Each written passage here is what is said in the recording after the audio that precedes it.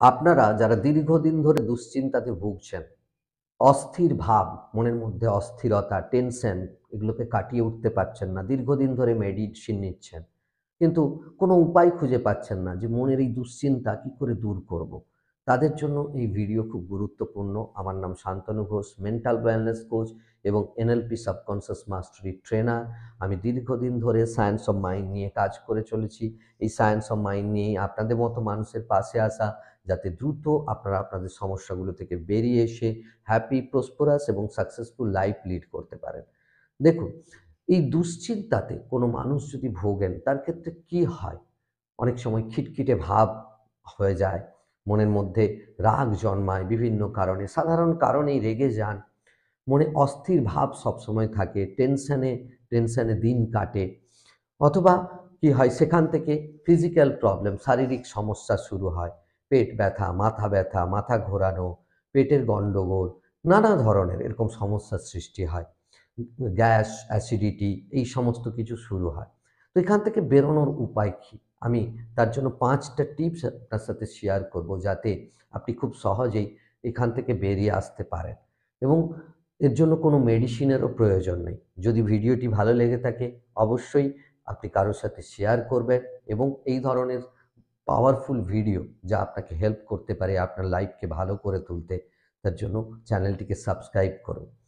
চলুন এবার দেখি ৫টা টিপস কী, যে ৫টা টিপস আপনাকে হেল্প করতে পারে আপনার দুশ্চিন্তা থেকে বেরিয়ে আসতে। এর প্রথমটি হলো এক্সারসাইজ করা। দেখুন, আমাদের mind and body form a system. একটা সিস্টেম ফর্ম করে, আর যার দ্বারা আমরা পরিচালিত হই। আমাদের মনে যখন কোনো দুশ্চিন্তা চলে, অটোমেটিক তার প্রভাব আমাদের শরীরের উপর পড়ে এবং শরীরের ওপর নয়, আমাদের হরমোন নিঃসরণেও পড়ে। যেমন সেরোটোনিন খুব গুরুত্বপূর্ণ হরমোন, যেটাকে মুড সুইং হরমোন বলা হয়। তো এই সেরোটোনিন নিয়ন্ত্রণ হয় যদি আপনি এক্সারসাইজ করা শুরু করেন। এক্সারসাইজ করলে এই হরমোনের নিয়ন্ত্রণ হয়, আর তখনই অটোমেটিক আপনি আপনার যে দুশ্চিন্তা, সেখান থেকে বেরিয়ে এসে আপনার মনে খুশির সঞ্চার হতে পারে। তাই রেগুলার বেসিসে এক্সারসাইজ করুন। কি এক্সারসাইজ করবেন? সিম্পল, একটু হাঁটাচলা করুন, মর্নিং ওয়াক করুন, একটু জগিং করুন, একটু পারলে আপনি দৌড়তে পারেন। তো সিম্পল এক্সারসাইজ করুন। এটা গেল ১। ২ নম্বর হলো মেন্টাল এক্সারসাইজ, মনের এক্সারসাইজ। কারণ দুশ্চিন্তা মন থেকেই আসে। আমি জানি না এর কোনো মেডিসিন আছে কিনা, কারণ মন কোথায় আছে আমরা জানি না। কিন্তু আপনি যদি মেন্টাল এক্সারসাইজ করেন, খুব সিম্পল এক্সারসাইজ, আমি বলে দিচ্ছি কি এক্সারসাইজ করবেন। বক্স ব্রিদিং করুন। বক্স ব্রিদিং কি, বক্স কেন বলা হচ্ছে? এটাকে স্কোয়ার শেপে চলে। আমরা দেখুন, যখন ব্রিদিং নিই, আমাদের ৪টে পর্যায় থাকে। প্রথম পর্যায়ে আমরা নিঃশ্বাসটা নিই, তারপর খানিকক্ষণ হোল্ড করি, তারপর সেটাকে ছাড়ি এবং ছাড়ার পরে খানিকক্ষণ হোল্ড করি, হোল্ড করার পরে আমরা আবার নিঃশ্বাস নিই। ঠিক এই জিনিসটাকে কাজে লাগান। বক্স ব্রিদিংয়ে কি ৪ সেকেন্ড করে নিন।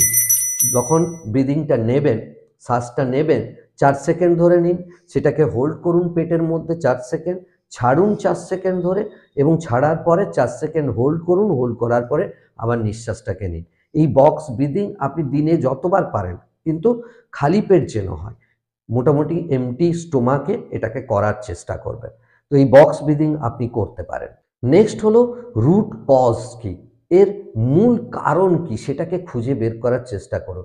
সেই জন্য নিজেকে প্রশ্ন করুন কিছু, যে আচ্ছা আমি যে এই চিন্তা করছি, কি কারণে আমি এই চিন্তা করছি, এর কারণ কি?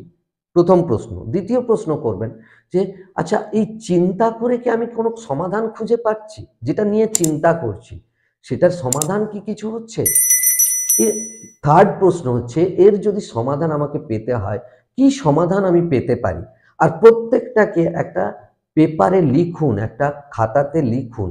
দেখবেন খুব সহজেই আপনি রুটে পৌঁছতে পারবেন, মূল এর কারণটা খুঁজে পাবেন এবং তার সমাধানও খুঁজে পাবেন। আমরা অস্থির হয়ে উঠি কেন? আমরা দুশ্চিন্তা করি কেন? কারণ আমরা সমাধান পাই না বলে। তো আপনি যখনই নিজেকে প্রশ্ন করবেন এবং সেগুলোকে লিখবেন, দেখবেন আপনি সহজেই সমাধানও খুঁজে পাচ্ছেন। নেক্সট ৪ নম্বর হলো নিজেকে বর্তমানে রাখুন। Keep yourself in present moment. দেখুন কি হয়, আমরা বেশিরভাগ কি করি, অতীতে চলে যাই, সেখানের কোনো ঘটনা নিয়ে আমরা দুশ্চিন্তা করতে থাকি, অথবা আমাদের ভবিষ্যৎ নিয়ে ভেবে আমরা দুশ্চিন্তা করতে থাকি। ভবিষ্যতে কি হবে, আমার ছেলে কোথায় পড়বে, আমার মেয়ে কোথায় পড়বে, ইত্যাদি বিভিন্ন, আমার পরিবারের কি হবে ইত্যাদি নানা বিষয় নিয়ে আমরা দুশ্চিন্তা করি, অথবা অতীতের কোনো একটা ঘটনাকে তুলে এনে আমরা দুশ্চিন্তা করতে থাকি। আমরা বেসিক্যালি প্রেজেন্ট মুভমেন্টে বর্তমানে থাকতেই পারি না। তো তার জন্য আমি একটা ছোট্ট এক্সারসাইজ আপনাদেরকে দিচ্ছি, যখনই সময় পাবেন এই এক্সারসাইজ করুন। কিরকম এক্সারসাইজ?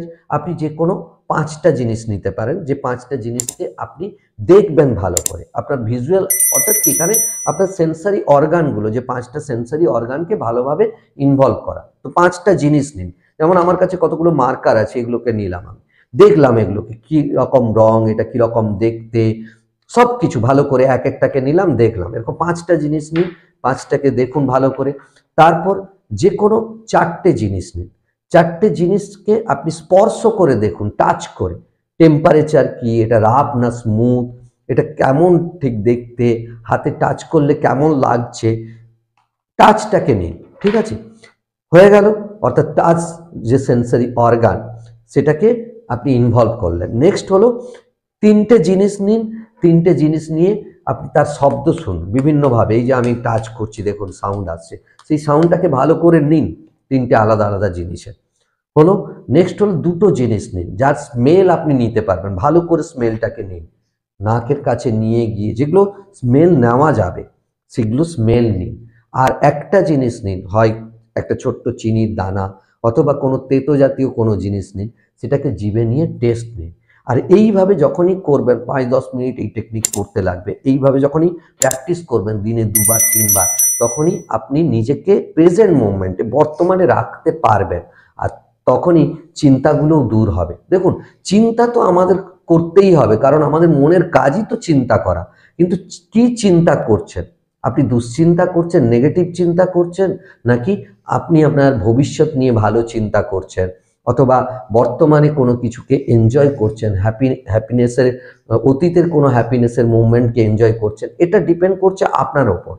তাই এই যে নেগেটিভ চিন্তাগুলো, সেগুলোকে বাদ দিয়ে আপনি যদি নিজেকে প্রেজেন্ট মুভমেন্টে রাখেন, তাহলে ডেফিনেটলি এখান থেকে বেরিয়ে আসতে পারবেন। আর শেষ পয়েন্ট, 5 নম্বর পয়েন্ট আমি আলোচনা করব, সেটা হলো আপনি এমন কিছু মানুষের সাথে যুক্ত হন যার থেকে আপনি পরামর্শ নিতে পারেন, তাকে বিশ্বাস করতে পারেন, বিশ্বাস করে আপনি আপনার মনের কথাগুলো বলতে পারেন।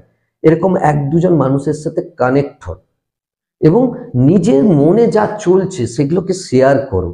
দেখুন, অনেক সময় কি হয়, আমরা আমাদের সিচুয়েশনে এতটাই ডুবে থাকি যে তার সমাধান খুঁজে পাই না, সহজ সমাধানও খুঁজে পাই না। কিন্তু যখনই আপনার কেউ অবজারভার পাবেন, যে আপনাকে ভালো করে আপনার কথাগুলো শুনবে, বুঝবে, সে আপনাকে সহজেই সমাধান দিতে পারে। আর তখন আপনার দুশ্চিন্তা থেকে আপনি বেরিয়েও আসতে পারবেন। আর প্রয়োজনে কোনো এক্সপার্টের হেল্প নিন, যে আপনাকে সঠিকভাবে গাইড করবে এবং দ্রুত এখান থেকে আপনাকে বের করে আনতে পারেন। ধন্যবাদ ভিডিওটি সম্পূর্ণ দেখার জন্য।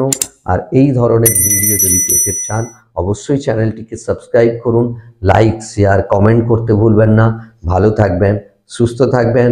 দেখা হচ্ছে পরের ভিডিওতে। Live the life of your dreams.